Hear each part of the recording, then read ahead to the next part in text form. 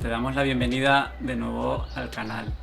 Hoy estamos en Mysore, una localidad de India, donde especialmente hay una cultura de enseñanza del yoga, el yoga conocido como Ashtanga Vinyasa Yoga, que Nube pues lleva practicando muchos años y nos encontramos en la escuela del maestro Vijay Kumar, que es un referente de esta práctica y que ha tenido la amabilidad de darnos un tiempo para realizar una entrevista.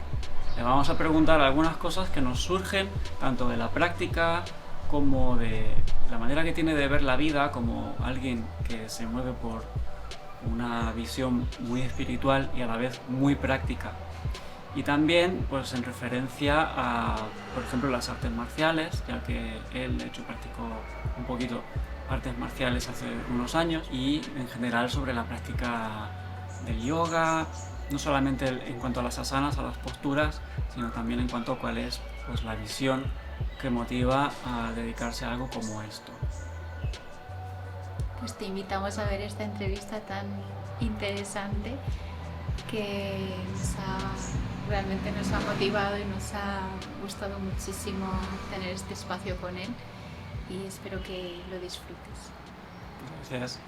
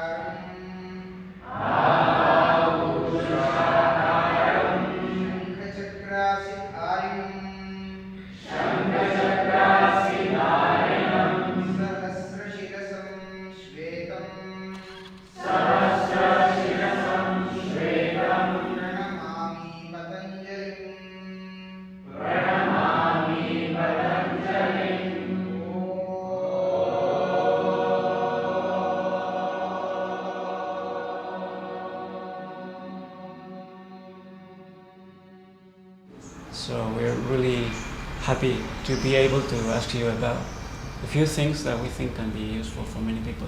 I wish let's see this way.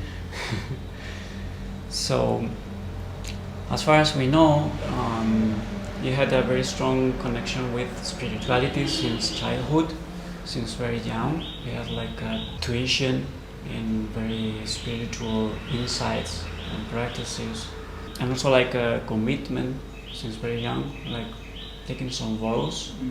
Maybe when I was in the womb of my mother, because it is said the child learns the most when it is in the womb of a mother as a fetus and until the first 5 years of its life.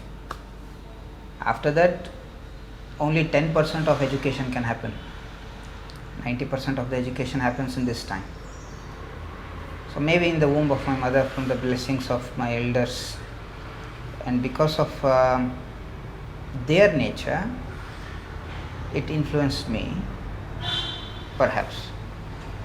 Or to speak in the tradition of yoga, it must be also from the samskaras of the past life. The samskara means the results of the actions which are stored as a reservoir, which follows us no matter where we go. Yes, since childhood I was always brought to the knowledge of yoga, and yoga means to be experiencing the simplicity of everything that exists. That is yoga. So that has grown slowly, taken its form, shape, colors by and by. I feel this is not a common education. Is there any point of this first childhood that you're especially grateful, or you think has been marking your life especially, or could be a nice way to teach children? Well, being very natural and embracing the principles of yoga, which is especially non-violence, creatively living, being truthful, seeing divinity everywhere, working very sincerely for survival. These are very common things which can make the surrounding naturally more beautiful. So I think these were the nature of people around me, which also has put a strong imprint, which I don't have to work very hard to think about them, because if I have to strongly think about something, that is a lot of effort. So, and most likely when we strongly think about something, the chances are may or may not happen. But when it is very natural within you, it will certainly happen. So allowing these imprints to be natural means we also continue that life. We don't have to think about it to cherish it, rather live it to celebrate it. So common education or not, this is another question which is nice. My family also had a constant practice of yoga, not just this immediate family, their family, their family, their family. From many generations, they have a touch with the yoga, concept of yoga all the time. So this has perhaps inbred with the generations. Yeah. Some people choose to follow, some people don't choose to follow. That's all. You also had a martial arts experience in China for a few years. To me, it's particularly interesting to know, like you as a professional yoga practitioner, the point in which you found the martial practice and your relationship with it. So to me, it's just interesting to hear you about how you felt that. Okay. I was in China, Sanya, the south of China. There was a teacher from, I think, who also graduated from Shaolin monk, Shaolin temple. I had a interest and free time, interest and time, and the sources to go to learn this. I learned for only 3 months. I did not learn for many years. But my body was very flexible and strong already from all the asana practices, so I picked up very fast. What I sensed was Kung Fu movements were done as asanas done very fast, without holding or without stopping. When proper breath work is brought in, it becomes more and more easier. So I did for only a few months. It was very nice experience. I enjoyed it. But there was a concept of competition which the teacher thought maybe we should compete. I think it's a general thing over there. Even in India there is, I think everywhere in the world there is a competitive spirit. But from childhood I had in my mind that the biggest competition for oneself is their own mind. So I usually avoided all types of competition and even competitive thinking, because there was a bigger challenger within me. Hence I had to discontinue the concept of competition with Kung Fu, and but it was very nice. It was very nice. I think I was learning Nanchuan, Southwest.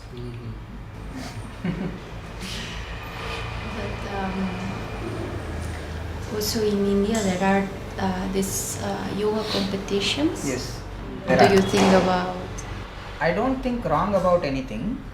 Everything exists for a reason. So they are there perhaps to educate or inspire some people to learn yoga in their own way. At least I am very sure that some in those many will understand the concept of yoga, which is already a very great success for those competitions. If they understand, realizing the concept of something, if it happens, maybe that person who realized it came through the medium of competition. So the competition became a success. Although I would say standing competition is not necessary, but I should not say that for the whole mass, because everybody will think differently. Eventually we will all meet at the same point. Just because we have arrived a little earlier, we should not say the journey was wrong. So I don't say anything as wrong or anything one way is the only right way. So yogasana competitions are there in India very much. Now I think it's a little reduced, but it was there. It was one of the ways to inspire youngsters to join some physical movements. We all start, no matter where we go in this world, if we say a yoga class, it's 99% of the time asana class. Even me, anybody. It is because our body is our very first identity. From the body we relate to everybody. So we are a soul carrying a body. So the very first identity should also be very healthy. And a place where calmness can exist. So some sort of physical movements, even more when it is scientifically designed and followed from many years, if it is practiced, it can be very good for the younger generation and as a whole for the whole society of that particular nation. So yoga competitions or kung fu competitions, whatever they are, in a way, I don't think it is very common for a 50-year-old to go and join and then compete. It's very common for a younger generation, like 8, 10, 12, 15 years, they go and join. Who are the future of that particular nation? They being healthy both physically and mentally is necessary. So whether they take it as a competitive spirit or not, in some way it is good for oneself and surroundings. So we can always see the bright side of something and don't have to think about something that is not necessary. And in this contrast between the martial practice and yoga, do you find that the martial practice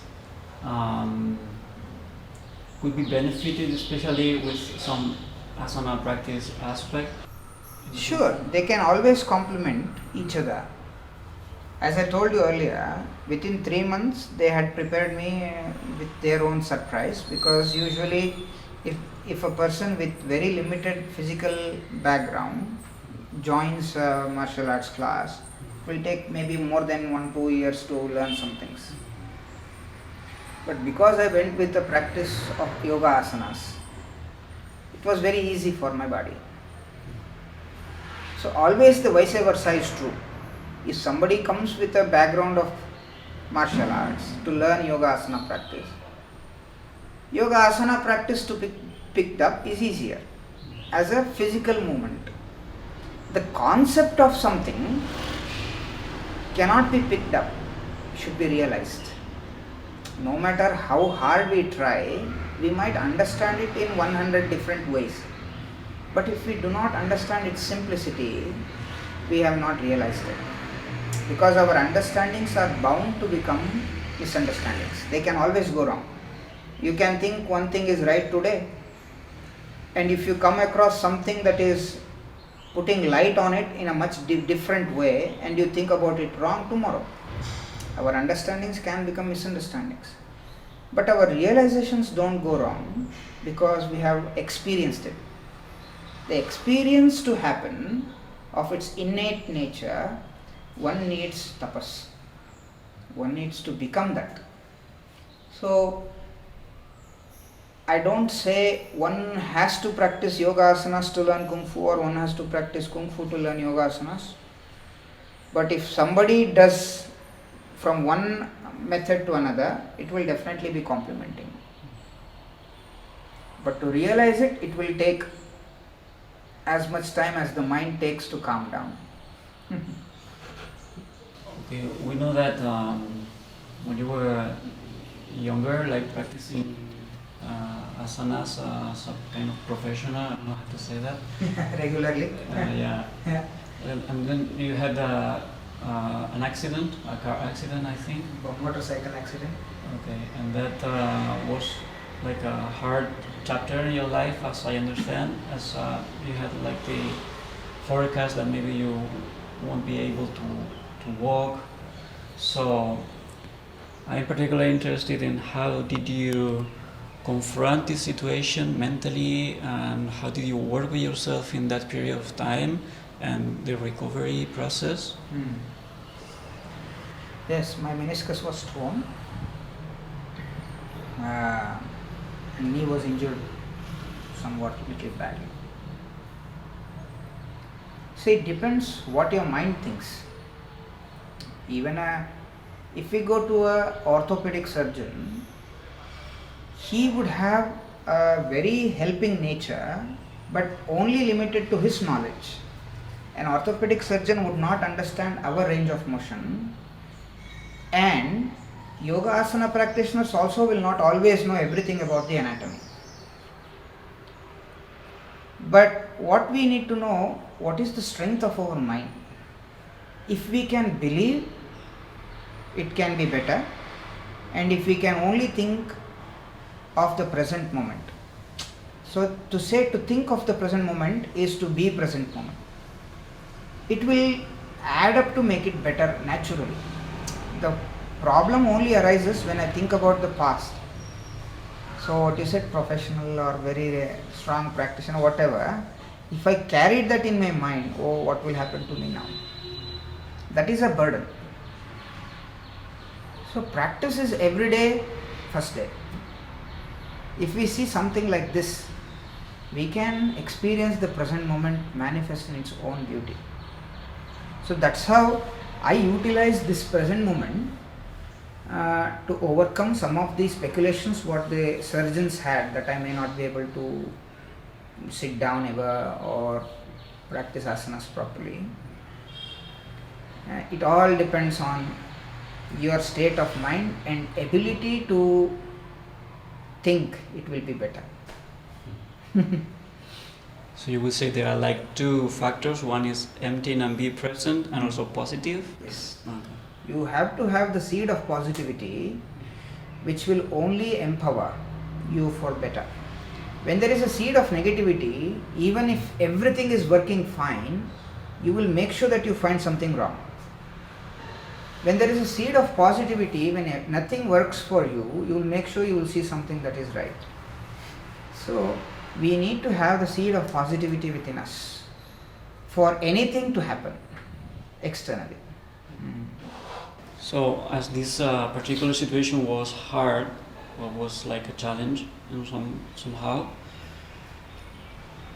do you find that there was something that taught you something new that remained with you in a way that wasn't maybe possible? Well, every stop comes for a new beginning. Like if there is a very powerful force that has come to you to make you stop from everything else, it is not to make you stop, but to show you a new dimension, how the life can flow. So certainly some positivity has empowered itself more for me, although it's not something new for me to remain positive, because it was the way the growth happened. But it will only empower you more to remain more positive in certain situations. But as a common person, what we can always see is it is all going to change.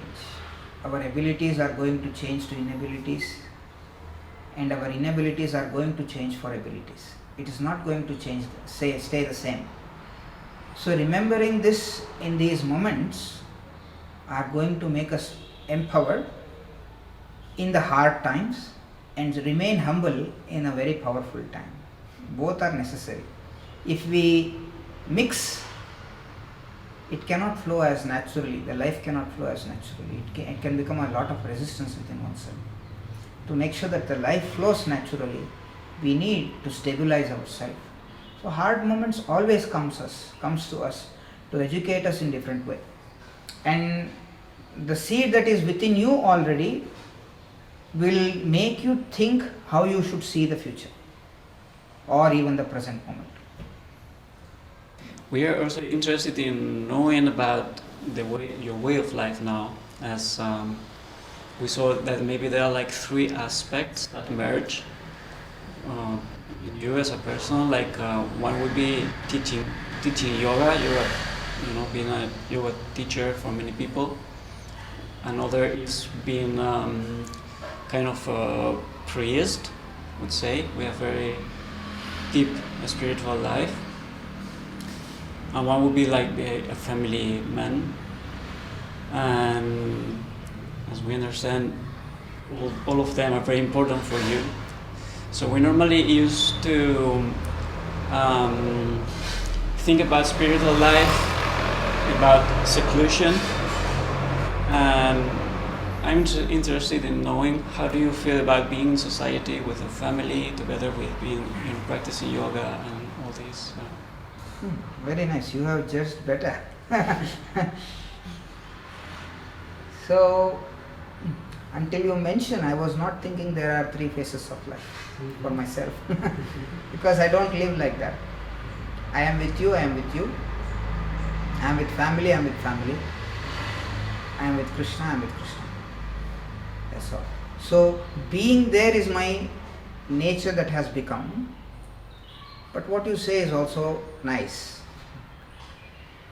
See, you can see spirituality. Spirituality is nothing but seeing the simplicity in everything. Seeing that there is a force of divine action that is regulating everything. And making ourselves convinced at the times of hard moments. Like, sometimes what happens, some people hurt us. Those who hurt us can be only those people whom we like. Strangers cannot hurt us. Right? If a passerby cannot hurt a person, only those who he is connected to can hurt them. Why is it the hurt happening? Because we think otherwise. We expect something otherwise. They should be this way, but they are not that way. That's why I am hurt.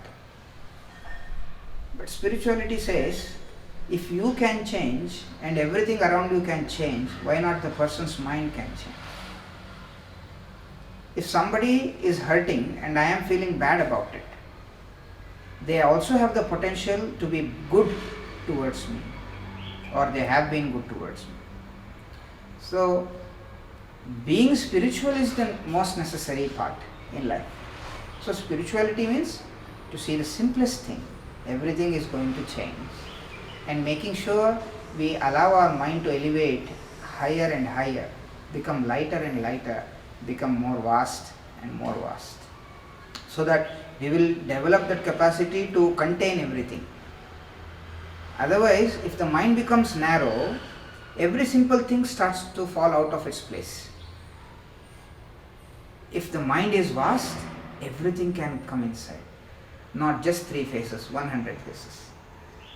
But only that can happen when mind is in its one phase of being very simple, very vast and accepting. When we cannot accept is the trouble. The nature of the strong is to be able to accept. And then let it dissolve itself. So, these 3 are finding themselves very harmoniously in my life. Also, this is something in the beginning days already I planned for. I teach 1/2 of the day. Some part of the day I don't come to teach. It's for myself. Another part of the day is for the family, through whom we connect to the society and world, which is also an expression of nature. So, if we are balanced very well in one thing, very well which I mean to realize its simplicity, you can balance everything. It's only when we are not balanced in one thing, we start to see everything as a little bit difficult. So just listen to you now, I get the idea that you stress the having a spiritual practice as a core of this possibility to be in balance. But also, do you think there are like important teachings that you got like from being in, for example, in a family, in the society? Well, family is the practical expression of spirituality. Yoga class is also, the world is the place where we become practical. Spirituality is an experience which does not come from what you are seeing outside. You can gain because spirituality is beyond all the nature. Spirit means that which does not belong to the 5 elements of nature. So ability to distinguish ourselves and 5 elements of nature. So whatever we are doing now, the small light, that camera, Nube, you, me, we are all, as we are appearing as the part of nature. Right? So ability to distinguish what is going to stay and what is not going to stay is what the education of spirituality. And by this we educate our mind to see how we see. So there is also a life of family where you see by yourself a growth of friendship, a new birth, an experience of the elder, which is also constantly happening in nature. It can never be different. There is a harmony in nature also. The friendship between touch and feel is air. Air you can touch, means it is feeling. You can't go and hold the air, but air is feeling. But you can also experience it. It's a friendship between them. The ability to see and connect is also in the nature. So what am I trying to say here is in the family means you are with the nature, you are with the world, and you also have to have the space for oneself, so that whenever one place is less strong, you are allowing yourselves to be supported from the other place. Sometimes in the family or in the world we become a little weak. We have our own self to support us, to empower us. Sometimes we might fall back in our own self practices or awareness. We have people who are near, not just people, anybody, anything, any situation who are near to empower us. So the expression of the divine is world. The experience of the divine is spirit. Both are same. If we are in our nature, we naturally embrace everything. There is no resistance. What do you think about the relationship with emotions, for example? There is a lot of debate even in the people, within the people that want to grow up spiritually, about how much to listen or to follow the emotions, to not, to restrain too much or deny them, but at the same time not identifying too deeply with them. So where do you feel it? There is like the balance, the point in which you can take care of this? See, if the heart swells towards something or some instructions, some teachings, no force can stop it.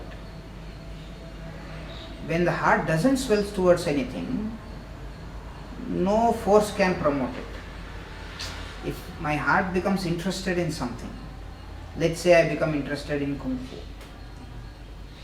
no concept of maybe competitiveness, maybe the surrounding, maybe the injuries will bother me to make me pursue. But if the concept of something is not so strong within me, I look for a reason to come out. So it depends on each individual to decide for themselves. If somebody says in one way, okay, only this much is right, it is not right. Because we don't have a recipe for a food. The recipe always changes, no? If you prepare food, everything is every time different. How to say one person emotionally has to have a limit. It's natural. They will have their own limits. They will know when it is right. So, this we don't have to think. What we have to think is, am I getting simpler by doing something? Or am I becoming more complicated? If it has to support my spirituality, I need to have this question running in my mind. By talking to you and you talking to me, are we becoming more simpler? Then this is very productive. It's a very yogic talk, spiritual talk. If we are becoming both more complicated, it's not yogic. So when to stop is the responsibility of the mind to decide. How much to embrace is again the responsibility of the mind to accept. As an external person, I wouldn't be able to say this. So as a yoga teacher, you see many people coming from all around the world to Mysore, maybe to India, to different spots, looking for something. Where do you find all these people, maybe from the West, coming so far? What are we looking for? Why are we coming? We all look for something, but deep inside we all look for some happiness. That's what we look for. If I travel to Europe, I enjoy some things over there. When people come from there to here, they enjoy something here. It's not from today. It has been there. Humans are outgoing. It is there since the time immemorial. The education, spiritual education of Greece are taught in the universities of Delhi. And the Shastras, the Vedic chantings of Kashi is done or educated in London University. It's always a mixture. Life should be this. If we say only this group stays in this group and that group stays in that group, if East never meets the West and West never meets the East, these are the directions that we have put for ourselves for navigation. As the divine creation, if we see the larger picture, we are not even a tiny speck in this creation.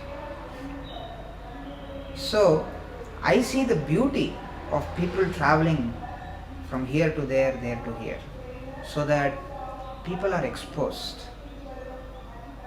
for each other. They are no longer limited. So, I see a beauty in it. What people are looking for, everybody is looking for some happiness. The definitions of happiness are different for different people.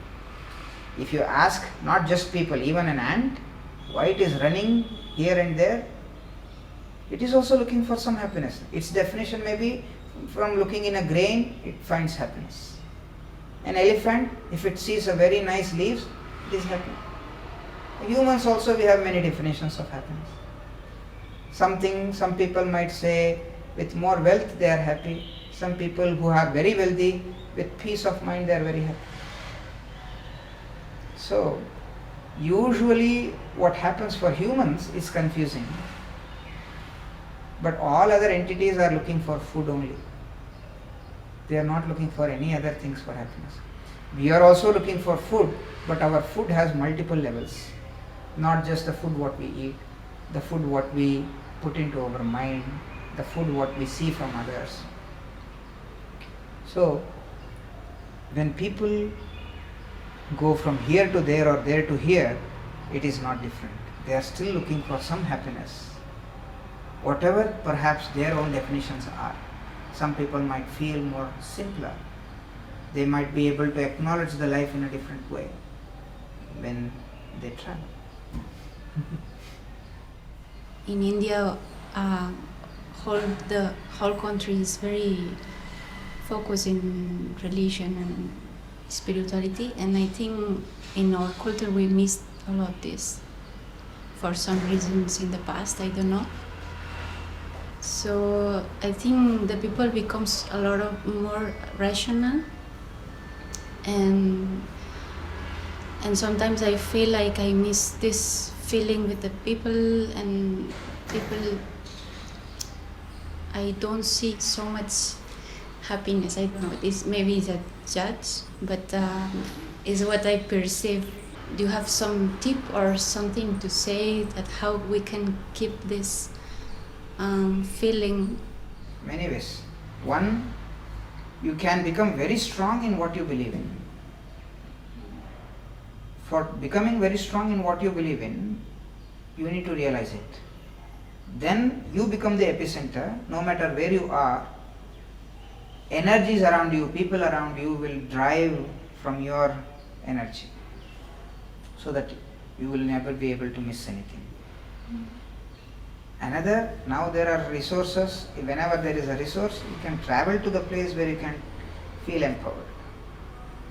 So,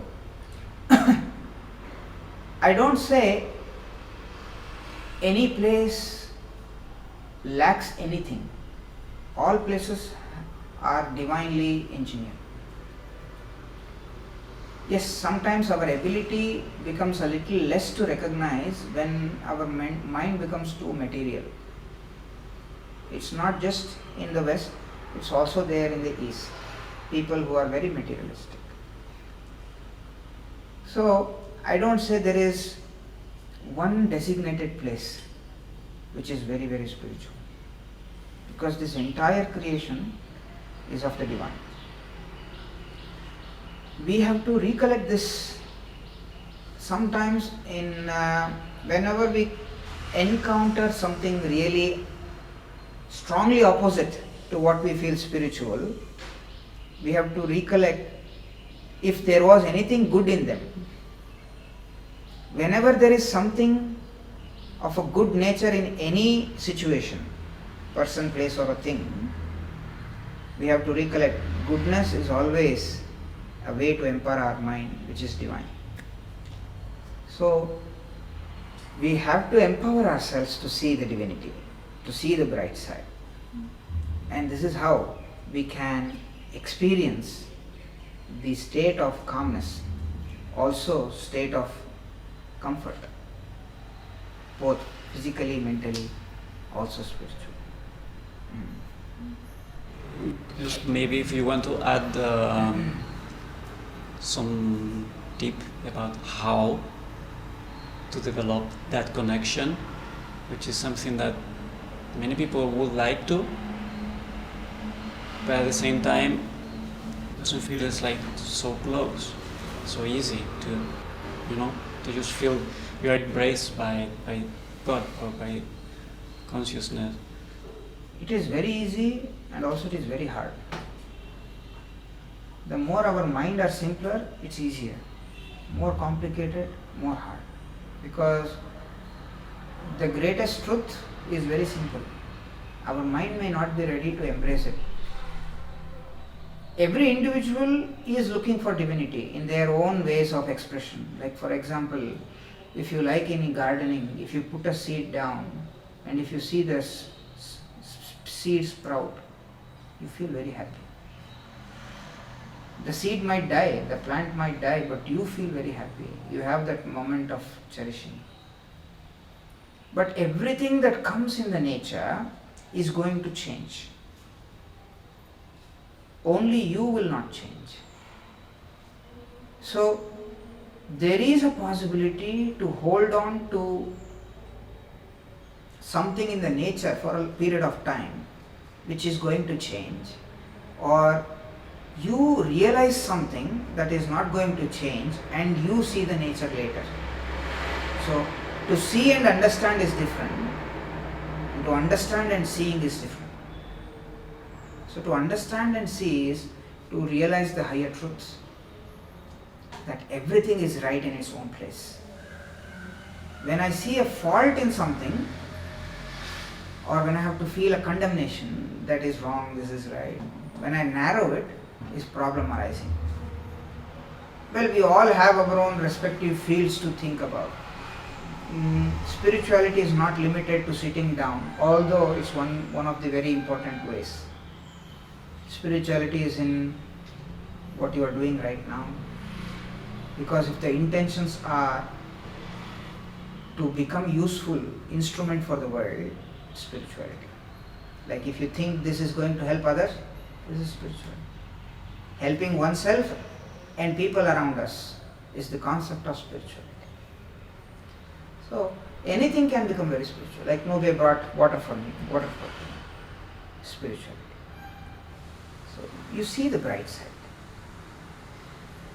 That can be a very good place to start with. As we empower our mind, we will also come across more and more stronger situations, more and more rightful people who will cross our paths just to empower us and to take us to a next level. We don't have to think about it more. It happens. This is how universe works. When something is ready, that moment, a new dimension is given by that situation. So, I don't want to say we have to go to a guru. I don't want to say, although they are all correct. But I think also a guru can happen in many, many ways. A situation can become a guru. A thought can become a guru. So when the student is ready, they will find a guru. And that guru can be in many ways. Person, place or a thing, a situation. That's it. So as yoga practitioners, what we should start to do is to check ourselves, are my actions that I am doing are helping in two ways. One, helping myself and helping people, at least in some ways. If I am touching lives of people, which can make them feel simpler and happier.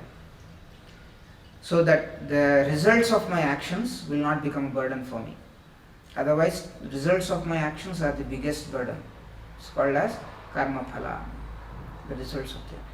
So if we can check on these two, the next thing is, am I becoming simpler through this action?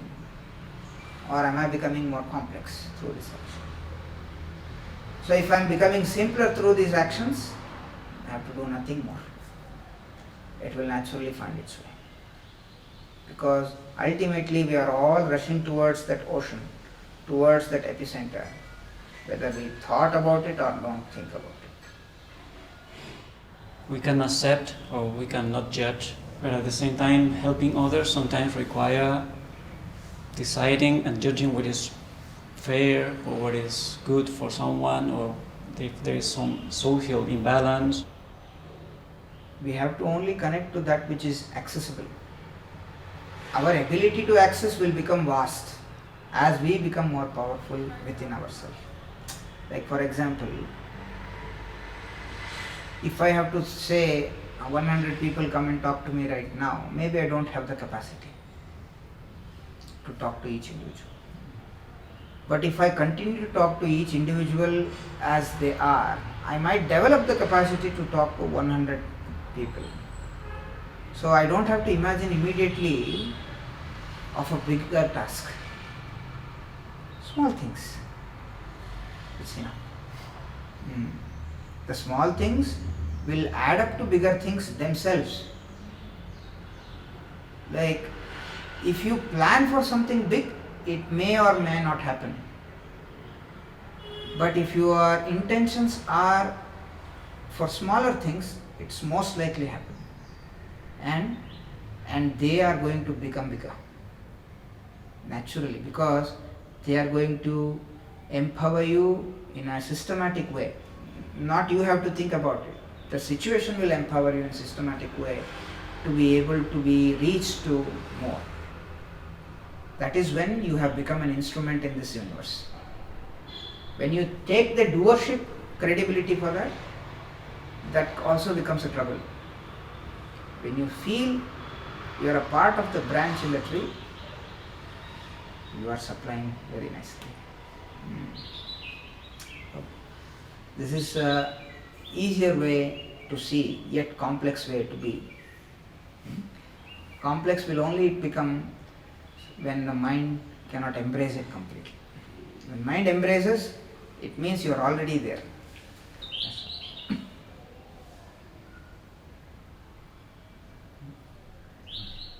Thank you so much, Vijay. It's been a pleasure. You're welcome.